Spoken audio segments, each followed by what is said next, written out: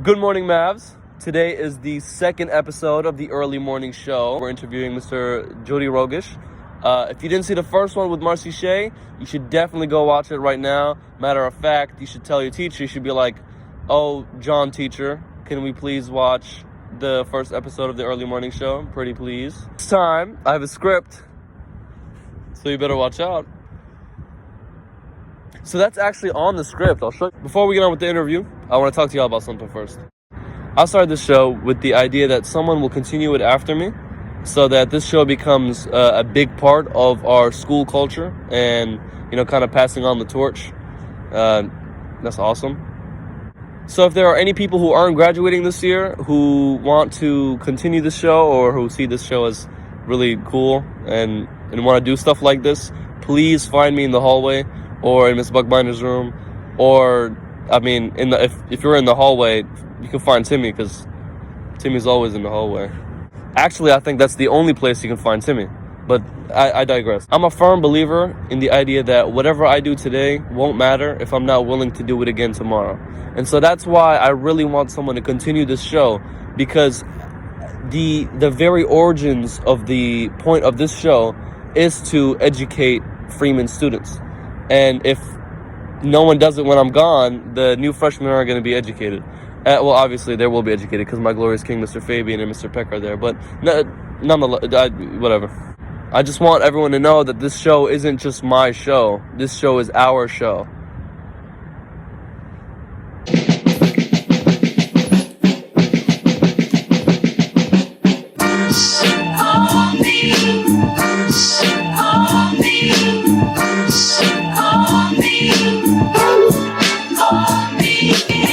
Jody Rogish. I am the Board of Supervisor for the Tuckahoe District on the Board of Supervisors for Henrico County.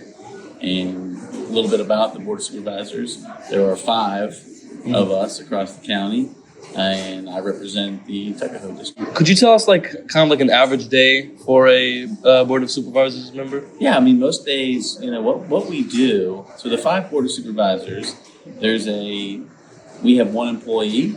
Technically, it's the county manager, right? So the county manager runs the county. Police, fire, they all report to the county manager. When issues happen and citizens are not getting maybe the services that they would like, or if they have an issue that they want to report, or if they want to have a compliment, they would come maybe to the Board of Supervisors because they're not getting it through the rest of the county government. So, a typical day could include addressing particular citizens' concerns. A lot of what we do is what we call land use, or figuring out what we want a piece of property to look like in the county, right? So where do you put housing? Where do you put businesses in the county? And when you look at housing, what kind of housing? Should it be multifamily? Should it be single family? What kind of business? Should it be big industry? Should it be retail? So those are the things that we do most of the day. Is the day before yesterday's meeting? How did that go? What were some things in that meeting? Yeah, one of so our last board meeting you're referencing. Yep. Our last board meeting, and there's also the public can come out anytime, and we encourage the public to come to any of our board meetings, 6:00 every other the second and the fourth Tuesday of the month, and we want those people to come out. What happened, to answer your question, there are a couple of citizens that would like to remove the fluoride from the water. I know you were trying to get me there, so yeah. he was trying to get me there. So they want to remove the fluoride from the water, and so in Henrico County we put a few drops of fluoride in, and then we do that based on the recommendation of the Virginia Department of Health, and it's really for the teeth for the citizens to help their teeth, and the dentist recommended, etc. So we just take the guidance from the Virginia Department of Health on that.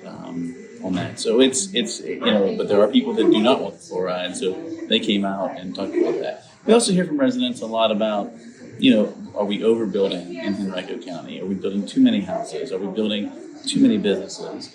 Taking down the trees. So we hear from people on both sides, and I think I've learned with this project, with my role, that there are always 2 sides to every story. So every case. What was one of the things that you advocated for that you're the most proud of? Well, we are most proud of. One of the things we're redoing the field here at Freeman. Mm-hmm. So the upper field, the practice field, that's currently grass. We're going to put turf in up there. We know that the football lacrosse field down here gets a lot of use from the community as well, and so having an additional practice field that's turf is really important. So proud of that going on. We're still working on maybe possibly moving the school of Freeman up the list in terms of a rebuild. Mm-hmm. And you have 1,800 people, 1,800 and some people in this school. If just think about it, if 10% of your class would send an email to school board, then that's 180 people. That's a lot of people that they would hear from. And if you could give a little example on, the age of the school and maybe how it's crowded, etc., and I think that would be super helpful. What would you say if there's something kind of like outside of school that students should actually be worried about or thinking about, putting their voice into? What would you say? What would be some subject that you'd want us to? So outside of schools, again, my email address is so simple. It's tuckahoe@henrico.us. Suggestions: sidewalks, parks, bike lanes, livability. What's important to you all? What's important to the students at Freeman? Outside of schools, what do you guys want? That's why I ran for office, was to be responsive and to solve some problems that citizens want. Do you get more students, more younger people saying things or like emailing you, or do you get a lot of older people emailing you? Not very many students, to be honest with you, email me. And I would encourage, I tell the kids, that you have just as much of a voice as a 75-year-old does. And so we want to hear from you, and whatever your ideas are, whether you want, like I said, more a pedestrian crosswalk across the street at Freeman, whether you want sidewalks, those are the things that I want to hear about. So email me, not just the school board, at tuckahoe@henrico.gov. I've heard that the Henrico Board of Supervisors have been very kind of cohesive. Have there been situations where it was not as cohesive, like a little controversial topics? And what were those topics? Yeah, every once in a while we do, but every single one of our votes has been 5-0. Mm-hmm. So we are on the same page. We all are in the position to make Henrico really a great spot. It is a great spot to live, and it's a place we want people to stay. So we're all on the same page at Henrico on the Board of Supervisors to work together. So what made you run for office? Yeah, we all had our little reasons for doing things. There's a park that's kind of passionate to me at Tuckahoe Little League, and I wanted to put some money into that park and bring it up to speed if you've ever been out there. It's been traditionally an all baseball park, and we're going to add some community amenities to that park so that it's not just baseball. Again, I'm a baseball person. I'm on the board out there. But we're going to make that park a little bit more than just a baseball park. We're going to put some walking trails. We're going to put some playground equipment so that the community in general can use it, not just as a baseball park. Before we leave, I just want to put up the emails for the school board and the Board of Supervisors up on the screen so y'all can take a picture and then y'all can email them. I know you got your phone. Take a picture.